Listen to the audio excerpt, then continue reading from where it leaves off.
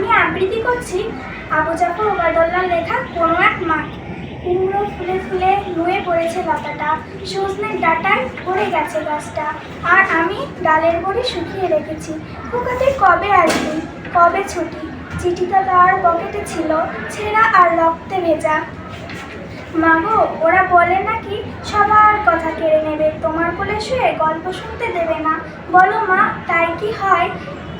তোমার জন্য কথা ঝুড়ি নিয়ে তবেই না বাড়ি ফিরবো। লক্ষ্মী মা রাগ করে না, মাত্র তো আর কটা দিন। মা পরেই আর হাসে। তোর ওপর রাগ করতে পারি? নারকেলের চিড়ি কোটে উল্কি ধানের মুরগি ভাজে, এটা সেটা আর কত কি। তার খোকা যে বাড়ি ফিরবে, ক্লান্ত খোকা। কুমড়ো ফুল শুকিয়ে গেছে, ঝরে পড়েছে ডাঁটা, কুইলতাটা মেটানো। খোকা এলি? বা ঝাপসা চোখে মা তাকায় উঠোনে উঠোনে, সেখানে খোকার সব সুকুমেরা বিচ্ছেদ করে।